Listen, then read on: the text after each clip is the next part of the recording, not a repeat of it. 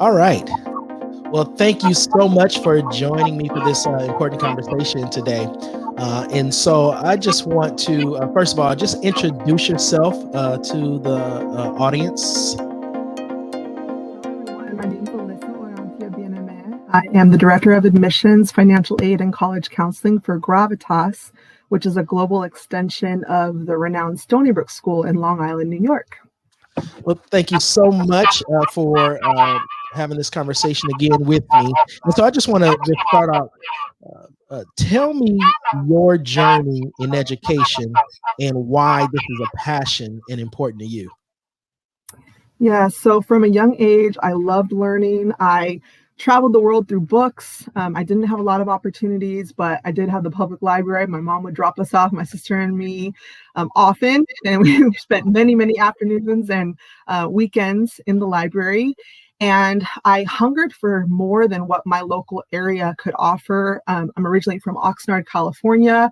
What I saw around me and my family and in the community was people that were very hardworking, but really didn't aspire to great ambitions, like in terms of maybe a more regional, national, or global impact. And I knew from a young age I really wanted to help people.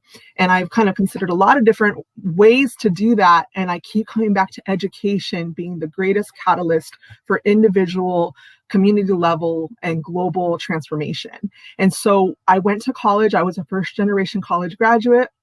I thought about doing humanitarian work and even worked for an educational consulting organization in the Dominican Republic as my first job, where we were doing contracts with USAID and teaching languages to some of the professionals that were going out into the community and serving the community. Ultimately, it's always been education. And when I came back to the US at that point, I started working for community-based college access organizations, doing talent search. I went into high school college counseling, and then ultimately into college admissions, working for some of the nation's most selective institutions, including most recently Cornell University. And so education for me, and I've seen it again and again, just when you are able to open doors of opportunity for students, specifically students who are hungry for more and who maybe did not have the best resources growing up, who just are waiting for an opportunity and ready to jump on it. You just see amazing things happen. And again, I see students going on and pursuing their professional dreams, having an impact on their home communities and all the way up to, world impact. And so that's why I'm passionate about education. Thank you so much. And I love your passion. I love to hear it. I love to see the work that you're involved in. Now, can you tell me about the specific work that you've been involved in low-income communities, and how access to higher education leads to open doors of opportunity? Yes. So my nearly 17-year career in education it's been a winding path, but the common, thread has been really working with those that are least served in their home communities. So it started off when I was actually a junior in college, or actually, I'm sorry, a senior in college. I interned with my admissions office at my alma mater, Mount Holyoke College, and was doing multicultural recruitment efforts. And some of those efforts were just outreach. We knew that the students were too young at that point to apply to the college or any college, but there's something called Kids to College, working with students in inner city Springfield, Massachusetts. I also founded a tutoring program as a board member of a cultural organization on my campus in college, where we were preparing students for the state exams and just really encouraging them and doing projects to beautify their communities, like community gardens and community murals and things like that. And then from there, it started this love of working with people from similar backgrounds to my own, and maybe not as similar, just opening doors of opportunity, making connections between students and families and educational opportunities, in particular, different resources that impact their lives and maybe even hinder their ability to do as well in schools they'd like to. All those pieces, I started to see how it all fits together. And then ultimately made my way into college admissions. But the challenge with that is being kind of at the end of the line in terms of either the students have had the college preparation or they have not. And I always sought to say, okay, wow, maybe they're not going to get into this institution I'm representing, but I can speak life into them. I can encourage them, remind them that they have a unique purpose in life and that they should build upon their passions. They don't need to fit into a particular shape to be what other people want them to be, but they can pursue their goals. And so what I would do is even offer them ideas of other types of organization or institutions that maybe was a better fit for them. So I always see myself as a resource person, even working in the Ivy League. At Cornell University, students and families would come to us, particularly in diversity outreach, students, BIPOC students, Black and Brown students, low-income first-generation students, not knowing how to navigate the complexities of the college admissions process, of financial aid. And we would do workshops and we would do one-on-one consultations with students and families. My goal is always add value to the process and accompany students and their families in the journey, whether or not it leads them to the particular program or organization that I'm representing at the moment. I see it as an invaluable opportunity to connect, to care, and to provide ideas and resources to people to get to that next step, whatever that may be.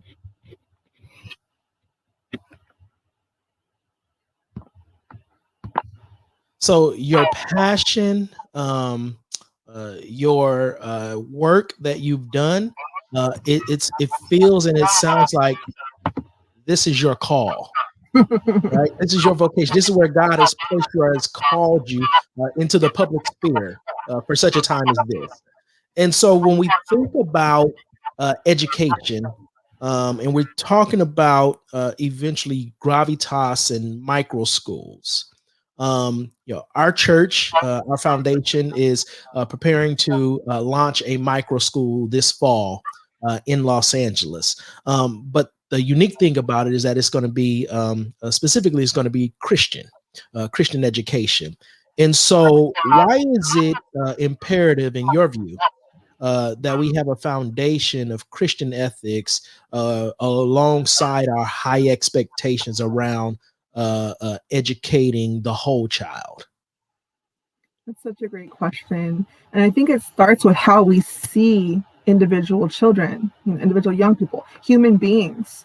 From the Christian worldview, and something that I've adopted myself, about 10 years ago. I didn't grow up in the faith, but came to Christ in my 20s. We see individuals as created in the image of God, as unique. I tell students, there's no one else like you. There's no one with your exact DNA, your exact way of seeing the world, the way you think, all of those pieces, your purpose. God has a unique purpose and plan for your life. And so it starts there.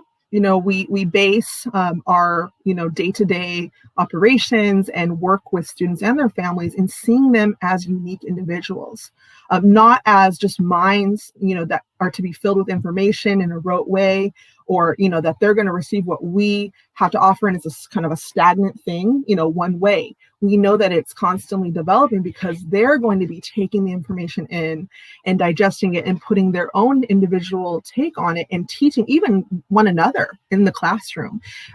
Also, number one is human dignity, and that we're all created in the image of God and have a unique purpose and plan for our lives.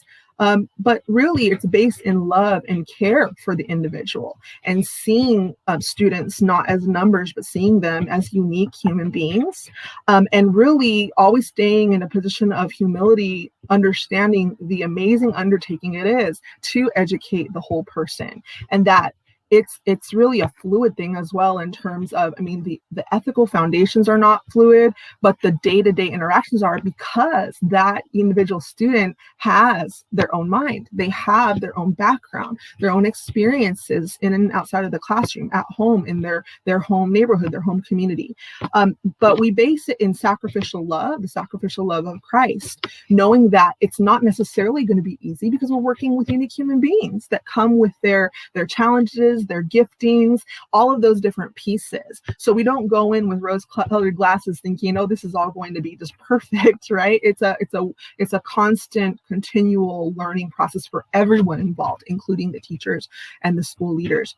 We also base this, when we talk about Christian ethics and character formation, we're thinking about 7 key virtues: faith, and that looks different depending on the student and their background and the way they see the world and their thoughts about a creator and all of those pieces. And we're very respectful of that.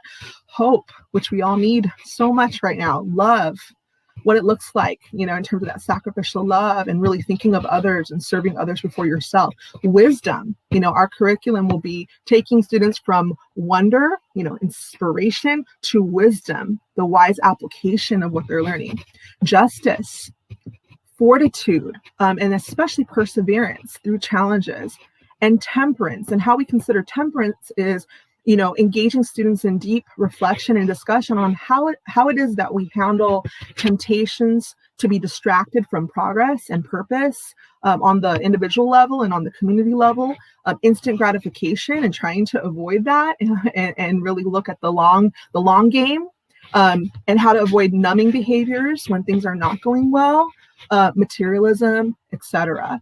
And so ultimately, we're really coming from a place of humility, from a place of sacrificial love, and really wanting to guide students in their development so that they can flourish in all aspects of their lives and be thought leaders and community leaders, and really achieve the fullness of their whole potential in life. Thank you. Now,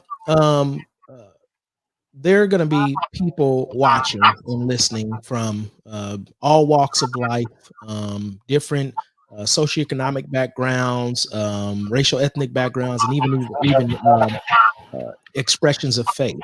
Um, uh, what would be the idea family and student that we envision for a Gravitas school? What's the idea? Who would this school be idea for?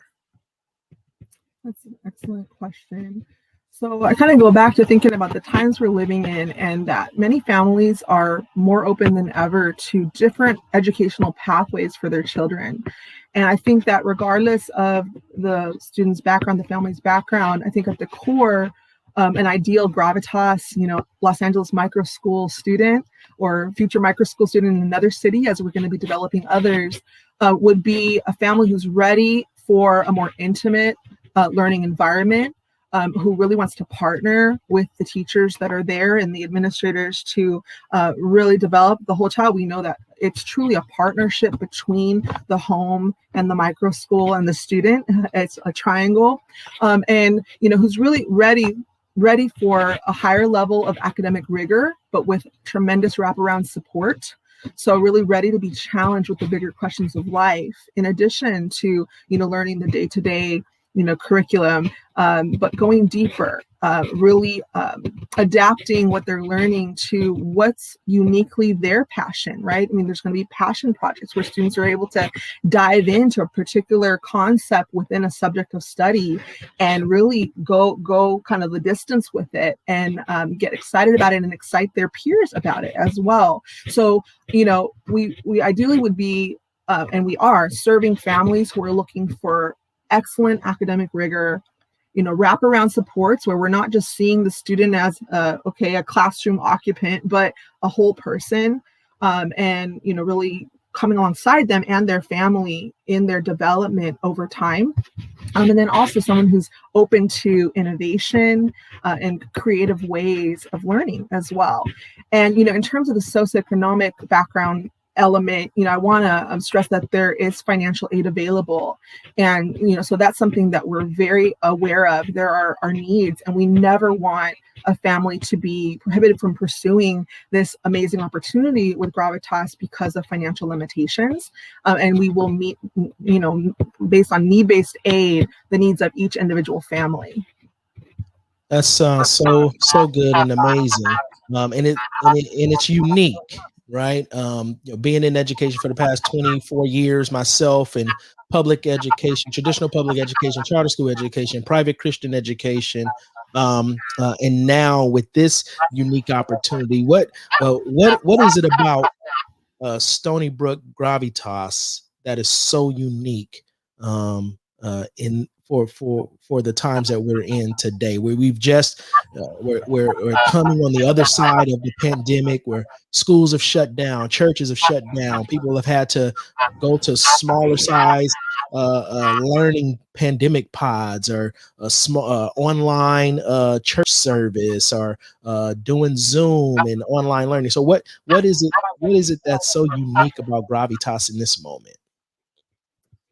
So we know that our society has basically been through the ringer over the past year with this pandemic, and the one main silver lining that I can see from all of this is that families are realizing, wow, I have options for my child's education. Maybe if they've homeschooled, it's been challenging, but maybe they want to continue that in a certain element and maybe do kind of a hybrid type of model, or they like the flexibility of a virtual school, but they don't like it to be just like 8 hours of their student looking at the screen, or their student just kind of being a number and it just being like rote education, but on the computer. Gravitas really brings this other element of this personal, we see you as an individual level of education. With the micro school, it's a small, intimate environment in a physical setting, but it allows students to be socially distanced if we need to continue with that. It allows students to definitely connect to the stellar education that the Stony Brook School has brought online via Gravitas, with college prep, academic education and character formation and grappling with the big questions of life. All of that passion projects as well, with excellent instructors who truly care about students as individuals. All of that, but then they also have the element of extracurricular activities and really bonding with this small group of students on the micro school campus. It's like a nice balance.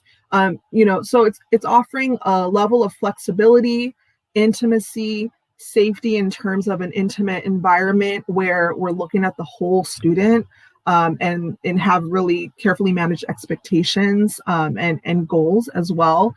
And then also Gravitas is based in 100 years of extraordinary college prep education at the Stony Brook School's physical campus, which has been bringing students of all backgrounds and all faiths from all across the nation and around the world for a century, and educating them to become impactful leaders in their different fields. Ultimately, they leave Stony Brook School and they will leave Gravitas with, in what I can see is a greater sense of purpose and groundedness, in who they are, in what their passions are, in an understanding of how to work well with people of many different backgrounds, because Gravitas, whether you're at the micro school or online all the time from your home, wherever that may be, you'll be studying with students from all different backgrounds. And that includes students who are orphans, who are being supported by, major non-governmental organizations, or who are in group homes.